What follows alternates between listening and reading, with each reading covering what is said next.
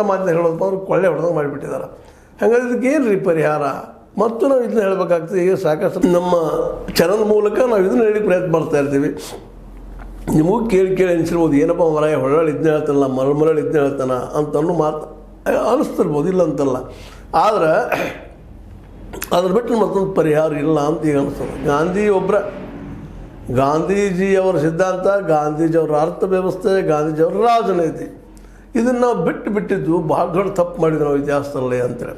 ಇವತ್ತು ನಾವು ಸಾಕ್ಷಿ ಸಮೇತ ಹೇಳ್ಬೋದು ಅದನ್ನು. ಯಾಕಂತಂದ್ರೆ ನಮ್ಮಲ್ಲಿ ಅಗ್ರಿಕಲ್ಚರ್ ಬೆಳೀಲಿಲ್ಲ, ಅಗ್ರಿಕಲ್ಚರ್ ಪ್ರಿಫರೆನ್ಸ್ ಕೊಟ್ಟರು, ಅದನ್ನು ಮಾರ್ಕೆಟಿಗೆ ಕೊಡಲಿಲ್ಲ. ಆದ್ರೆ ಗಾಂಧಿ ಬಯಸಿದ್ದು ಪ್ರತಿ ಹಳ್ಳಿ ಅಗ್ರಿಕಲ್ಚರ್ ಸಂಬಂಧಿತ ಉದ್ಯೋಗಗಳು, ಯಾವ ಉದ್ಯೋಗಗಳು ಕೃಷಿ ಆಧಾರಿತ, ಅವಕ್ಕೆ ಅನುಕೂಲ ಮಾಡಿರಿ.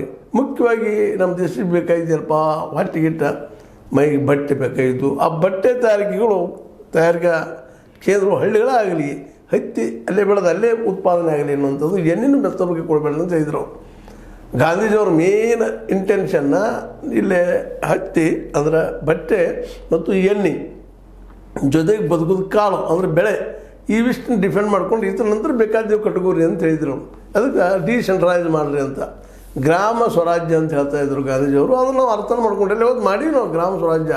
ಆದರೆ ಅದು ಏನಾಗಿತ್ತು ಅಂದರೆ ಈಗ ಅಧಿಕಾರಿಶಾಹಿಗಳಿಗೆ ಮತ್ತವ್ರಿಗೆ ಸಿಕ್ಕೊಂಡು ಅಲ್ಲೂ ಏನೂ ಡೆವಲಪ್ಮೆಂಟ್ ಇಲ್ಲ.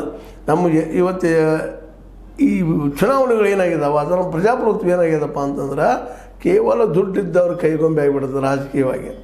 ಹೀಗಾಗಿ ರಾಜಕೀಯದಿಂದ ನಮ್ಮ ಸಮಾಜ ಒಂದು ಓಟು ಒಂದು ಇದು ಎಲ್ಲ ಅದ. ಇವತ್ತು ಮತ್ತೆ ಬೇರೆ ಡೆವಲಪ್ಮೆಂಟ್ ಆಗ್ತಾಯಿದ್ದೆವು, ಆ ಮತ್ತು ಬೇರೆ ಅದರಿಂದ ಏನೋ ರಾಜಕೀಯ ಸಮಾನತೆ ಬರ್ಬೋದು ತಿಳ್ಕೊಂಡಿದ್ವಿ. ಆದ್ರೆ ಆರ್ಥಿಕ ಸಮಾನತೆ ಇಲ್ಲದ ಕಾರಣಕ್ಕಾಗಿ ಈ ಒಂದು ರಾಜಕೀಯ ಸಮಾನತೆ, ಒಬ್ಬರಿಗೆ ಒಂದು ಓಟು ಒಂದೇ ಮತ ಅನ್ನುವಂಥದ್ದು ಸಮಾನತೆ ಇದ್ದರೂ ಸಹಿತ